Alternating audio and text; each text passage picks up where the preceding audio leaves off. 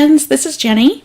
I'm back with another video for Tonic Studios, and today I'm going to do sort of a little experiment using one new stamp, and it's the die set that coordinates with it from Avery Elle. It's the Orchid set, and I'm going to do two of the same image using the Zig Clean Color brush pens and one using the Nuvo Watercolor Pencils, and just check out the difference. And I'm also going to do each of the images on, one of them on smooth Bristol paper and then one on watercolor paper. So these are just some of the embellishments I thought I might use towards the end after I get done with the painting part. And so this is going to be a fairly long video because I'm going to try to show as much of the one of the painting parts in real time. So I'm going to speed through pretty fast the rest of the video so that I can do as much, sort of real time. So I'm just sort of laying out what I think, how I think this might work if I'm going to use all of the set, or how I'm going to do it. It comes with a sort of main one piece of the orchid, which is perfectly fine to use on its own with the pot, and then there's another stem and a couple other flowers that you can, and little buds you can place with it. It is so beautiful. I think this might be a new favorite and something you could use for anything, birthdays, thinking of yous, sympathy, just because, anything. So I'm going to use my MISTI, and I'm going to stamp the images onto I believe this is the Bristol smooth cardstock, and I'm going to use the Nuvo hybrid ink in black because it's Copic friendly and it's waterproof and all that stuff.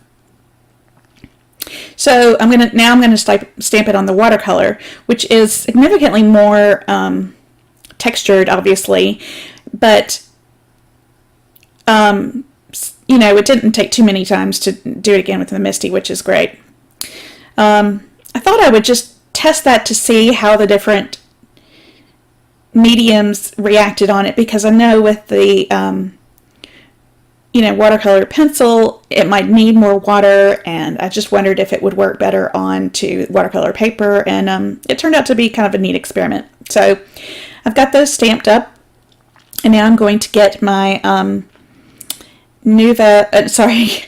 get out the clean color brush pens, and this is the fabulous media matte, or just media matte from Waffle Flower, and it's got these great little wells on the side to use, and it's the handiest tool. I love it, and I love the white, and it really helps see true colors on it, and it's super easy to clean up. Okay, so I'm going to zoom in here a little bit, and I'm actually really not comfortable using the Zig markers as much as I am just traditional watercolor. That's probably why I haven't used them very much. I only have the sort of beginner 12 set, so the colors are pretty much the basic colors, like that's just pink and then purple, and then I use some other colors you'll see, but I didn't even really use it on, as a marker onto the actual paper, because I was a little gun shy. So I used it, I just rubbed it onto those little wells on the mat, and then, oh, well, look, I did do it directly. Okay, well, that may explain why this one comes out a little bit darker, but I wanted this orchid, I thought it would be, one of the white ones that's got sort of the spots and kind of, splotches, and really sort of fuchsia in the middle, and then have the, the rest of it be kind of white. It ended up being a lot darker than that because I just couldn't resist using more of the pink and purple, and it sort of ended up being one of the darker kind of, ones that's, like a darker fuchsia all over. The stamp itself has little teeny dots kind of around the center, and so that's kind of where I use that as a guide, and then I used did a darker piece for the 2 little petals that are behind it, and then left the 1 petal that's curling up towards it pretty much white. I did have a problem with the trunk on this one, or the little stem, kind of bleeding up a bit. I tried to clean it up as much as possible. It was probably because I was using too big of a watercolor brush, and I just got ahead of myself. I did end up using the same one, so it didn't get too bad. I did clean up a little teeny bit of it with a white gel pen, which is a nice little trick to do, and you can't see that at all. So anyway, I'm going to keep working on that. I just used the brown and a little bit of the dark green on the stem, and then I used several colors on the bud, the pink, purple, brown, green, and maybe a little bit of the black. I'm not sure. And this is still the smooth Bristol one, and I'm going to show that that's actually the one I end up using, only because I think that I just didn't like the texture as much on the watercolor paper with the clean color brush pens. So I'm going to keep working on that, and let's see what I'm going to do then.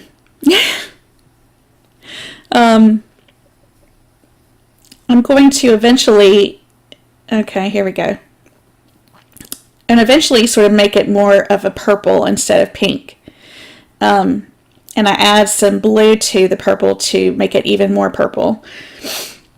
And then I'm going to start doing the leaves. The thing I like about this stamp set is that there's a million ways you could do it. I mean, you can do it detailed like this. You can do it kind of sloppy and quick.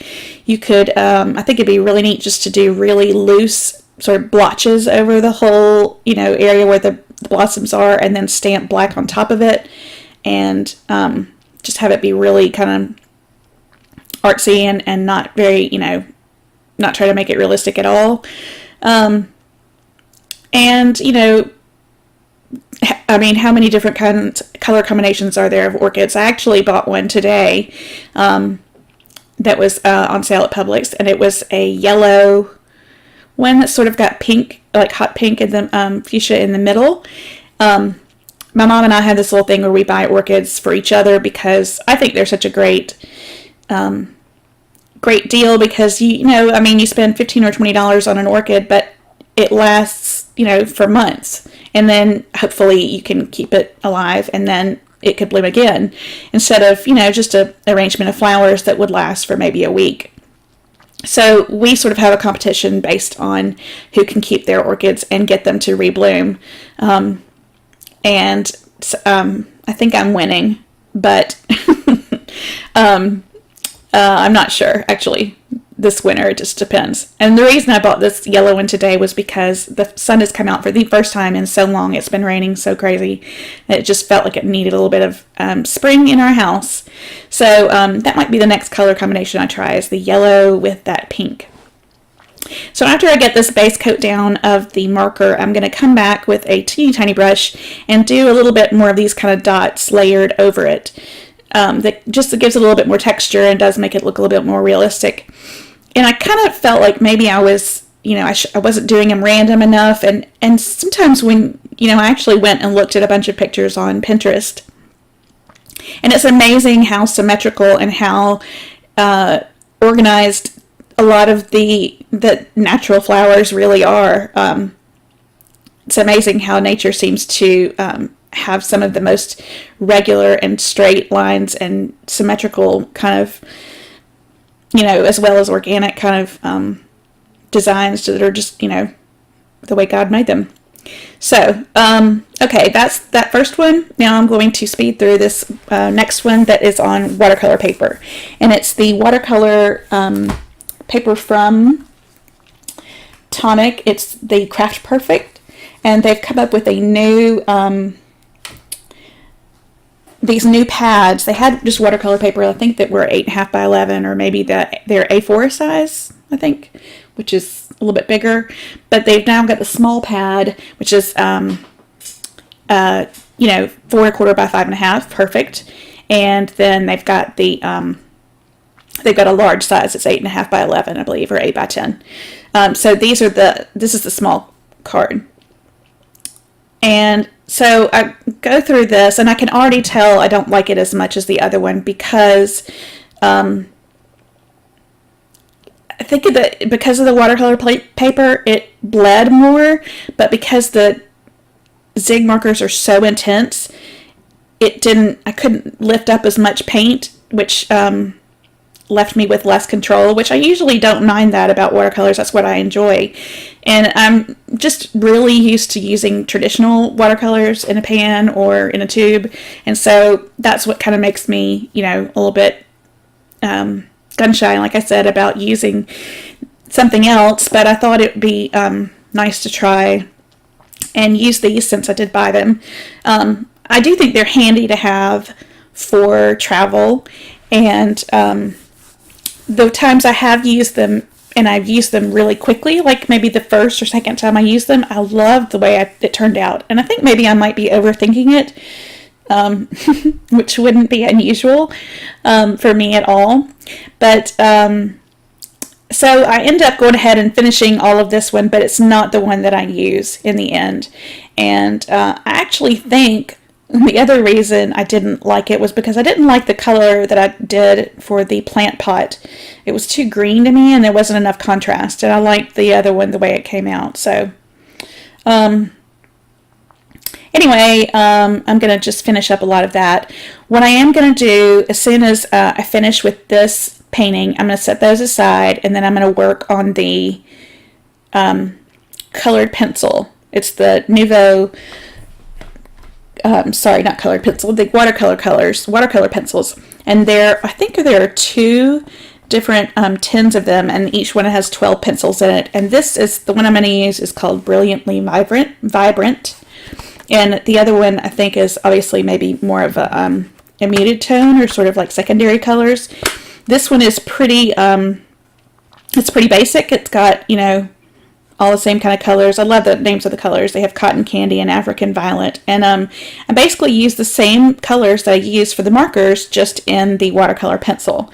And I like that they come in this neat little tin, and I'll talk about that more in a second when I get to that point. So what I thought I would do is try to kind of, speed through this part, which with the zig markers, and then I'll try to go as close to real time as I can. I may speed it up a little bit because this is already a long video. So I may do like 1.5 times or 2 times regular speed, which is still pretty fast. This is not a quick process, and I was watching an old Sandy Alnock video that she had done a couple years ago, maybe, and she was talking about how long it took her to do a card, and how it took maybe like an hour and a half, which wasn't that long, and it was a really intense Copic colored card where she did everything, and she is absolutely amazing if you haven't seen her work. And she said something I thought was great. She said that we don't, do this. She said that when people say, I'm going to show you the fastest way to do something, she says that she doesn't subscribe to that because she thinks that, we don't do this as crafters because we're trying to be fast, or we're trying to do anything quickly or expect to do anything quickly. I mean, obviously that may come out sometimes, but more that we enjoy what we do, and we like coloring, and we, do it because it's therapeutic, and we do it because we enjoy it. And then that's, whether the outcome is fast or slow, that's, maybe irrelevant. And I really like that, because it usually does take me a while to do things, and because I do really enjoy taking my time, and I do find it very therapeutic. Okay, so there's the 2 side by side, and you can see that I do not like the one on the right as much because of the pot color, and also because it did bleed. I don't feel like there's enough of texture, and I really did go back and do pretty much the same thing. It just didn't show up as much with the on the watercolor paper, and I think that's just because of the pens.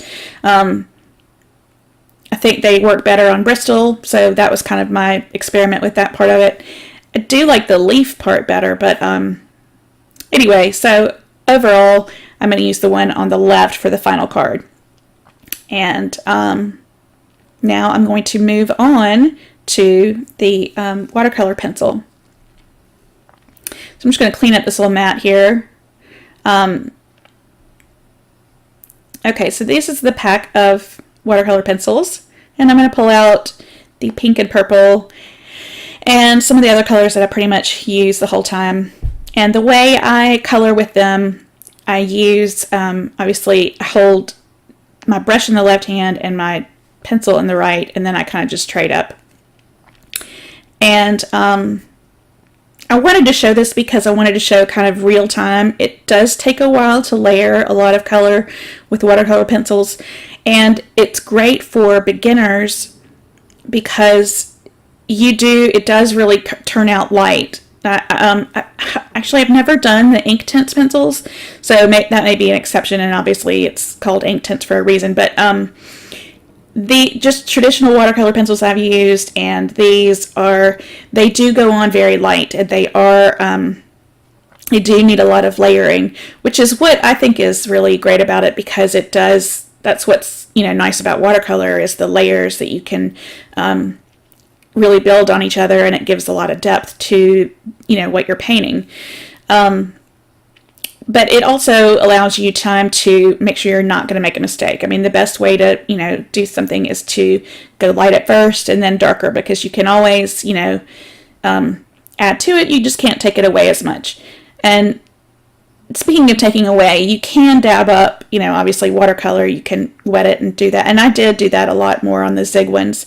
And that's what the watercolor paper is good for, it lifts up more of the paint than like the Bristol would. And I think this is the Bristol I'm working on.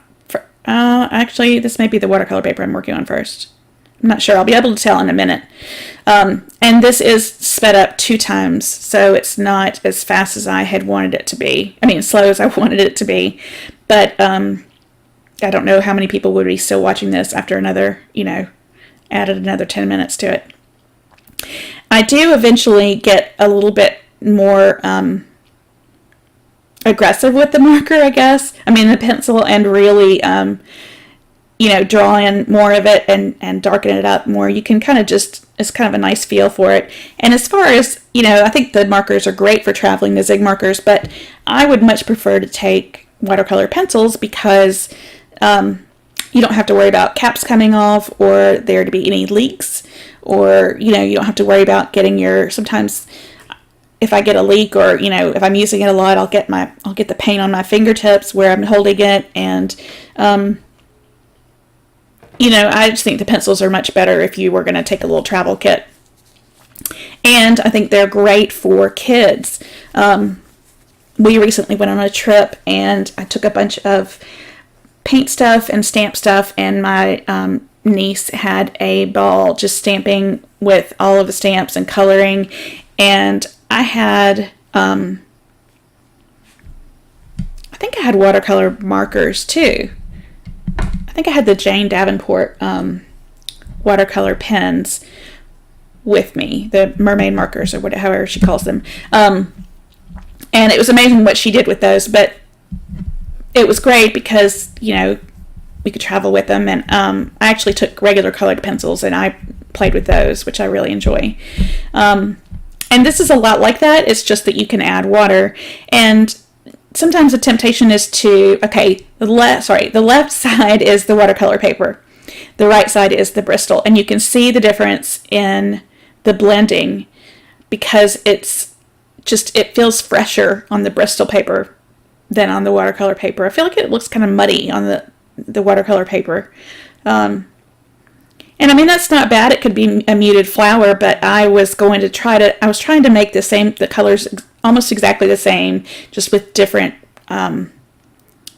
materials, different mediums is the word I'm looking for.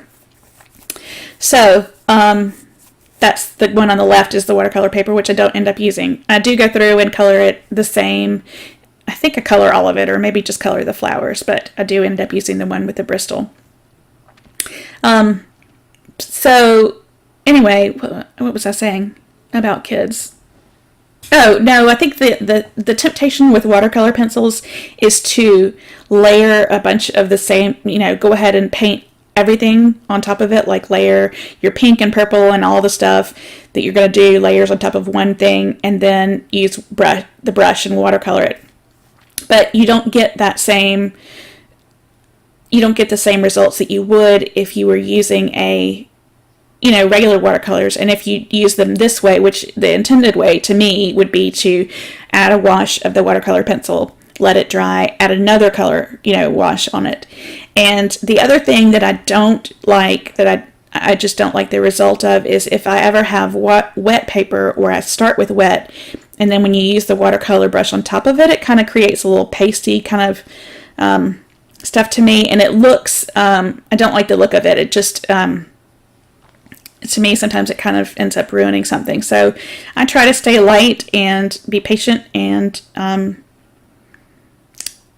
take my time and just do the layers the way I think I would do with a colored pencil, and not all at once and then just add water. So I'm adding a little bit for that stem there and the other stem. I'm going to play some music while I finish this up, and you can see where I go from there. After I'm done, I'm going to die cut. I'm going to cut them out with the coordinating dies, and then start to assemble my card. And I will be back then to talk about that process.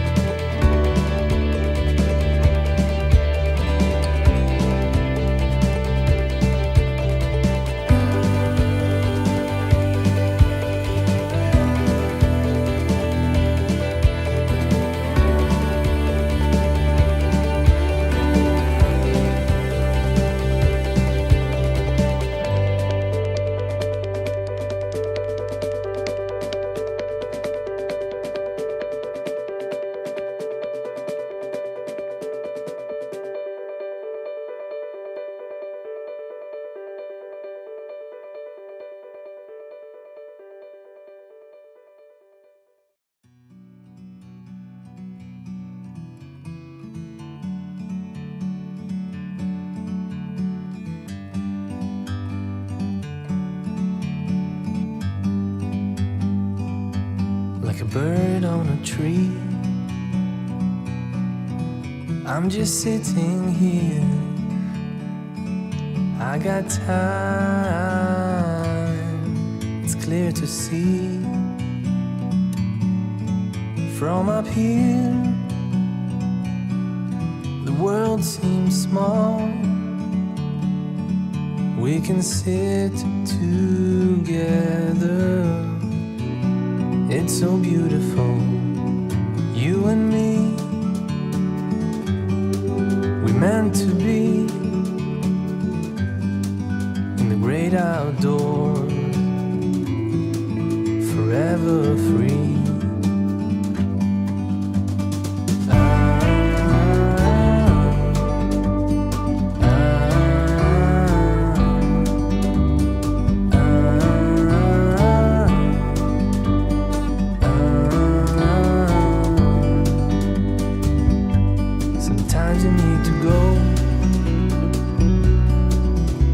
A step back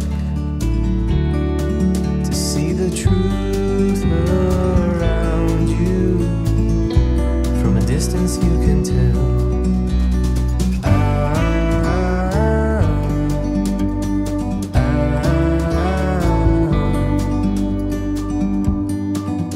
You and me were meant to be outdoors, forever free. You and me, meant to be in the great outdoors, forever free.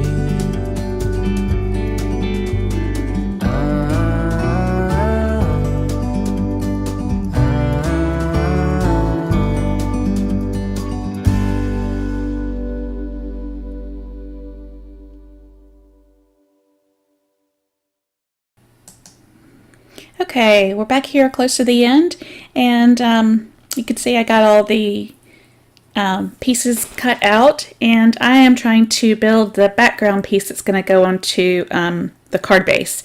And I've chosen this purple color of cardstock. It's the new Dream in Color collection from Tonic, and it's a 6x6 pad, and it's got their double-sided pattern papers on each side, and there's one color that's sort of more of a pinky purple, and it's got sort of stitched lines down it, and that's the one I decide to use for both cards. I'm going to make them the same background. So what I do is I have the that is the main size card or background piece. It's actually a little bit smaller than the base, and then I cut another piece with this another stitch die that's a lot smaller, and the inside part too, and I'm going to layer the inside and the outside frame together, even though they're two different pieces, and pop them up on a piece of foam just to give it a little bit of dimension, a little bit of interest without taking too much away from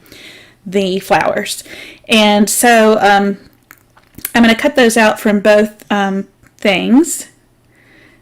And I thought I might use the other side of that for one of the cards, but I ended up using the same thing for both of them because I wanted it to be the same as much as possible, except for the fact that they were different mediums. And so these ended up both being the Bristol paper and both being the same background. So the only difference is the one that you see now is the one colored with zig clean colored brush markers, and the other one there off to the right is the watercolor pencils.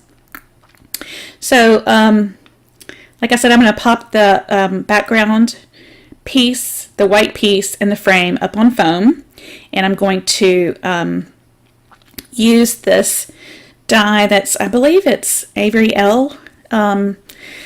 It's part of a set, and then I'm going to, and it's just a little banner piece, and I'm going to cut it out of, I went through white, black, and finally decided on vellum. So I'm going to cut it out of vellum.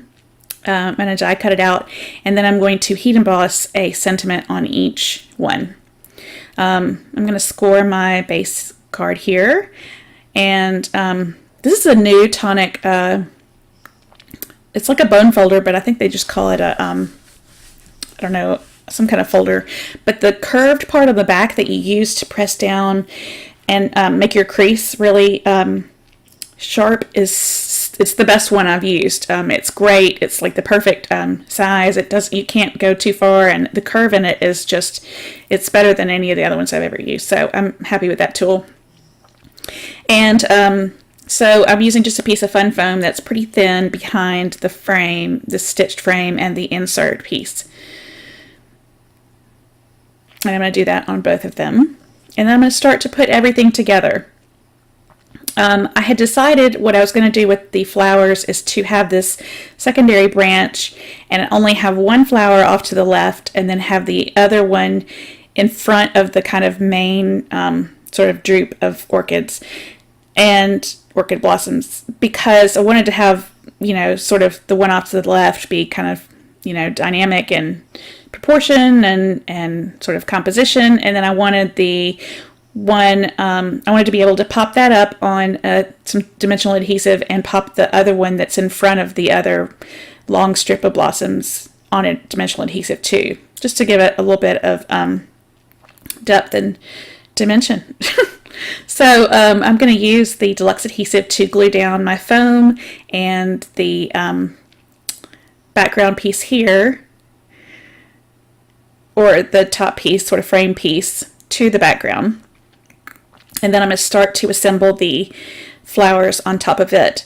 Once I get those both in place, I am going to use the Nuvo Shimmer pen, I believe, in just the clear sparkle shimmer, and on all of the blossoms. And then I'm going to add a few drops of the jewel drops that are new, or at least I think they're both part of this Dream in Color collection. And one of them is honeysuckle, it's the pink one, and the other one is pale periwinkle. And because they're sort of translucent, they kind of, you kind of see through them a little bit, and it takes on the color of the blossom behind it, so they're not too distracting. And then I do use a little bit of the new Dream Drops in Cloud 9, sorry, right in the center, which is kind of the white color. And then I am going to, that's pretty much it after that. After I get this sentiment stamped out and heat embossed, I use the sentiment from the stamp set for one of them that says thinking of you, and then the other one is a old set that I had, I believe it's Hero Arts, and it says just a note. And so once I get those all glued together and I do the sentiment at the bottom in vellum, I am going to add, as a final touch, a couple of these sort of water droplet gems. I guess they're not really gems, but they're sort of water droplet kind of embellishments that are, I want to say they're from Pretty Pink Polish. I can't quite remember. But I'm going to use those and adhere just two or three of them to the bottom, and then that is it. I'm really excited about the way this turned out, and I hope you stuck through to the end of the video and maybe learned a little something too. And I think it was a good exercise to kind of see, you know, which medium worked on which paper and which one I really enjoyed more of.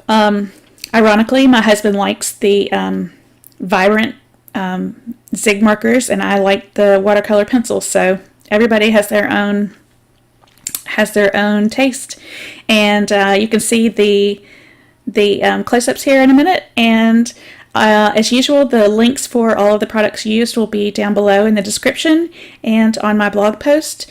Thank you so much for watching and stopping by. I appreciate all of you and all of your comments, and if you have any feedback or comments, I would love to hear it and will respond. I am always looking to try to improve everything, so any critique is welcome. And if you liked the video, then please give me a thumbs up, and I will be back with another video on Friday. Bye!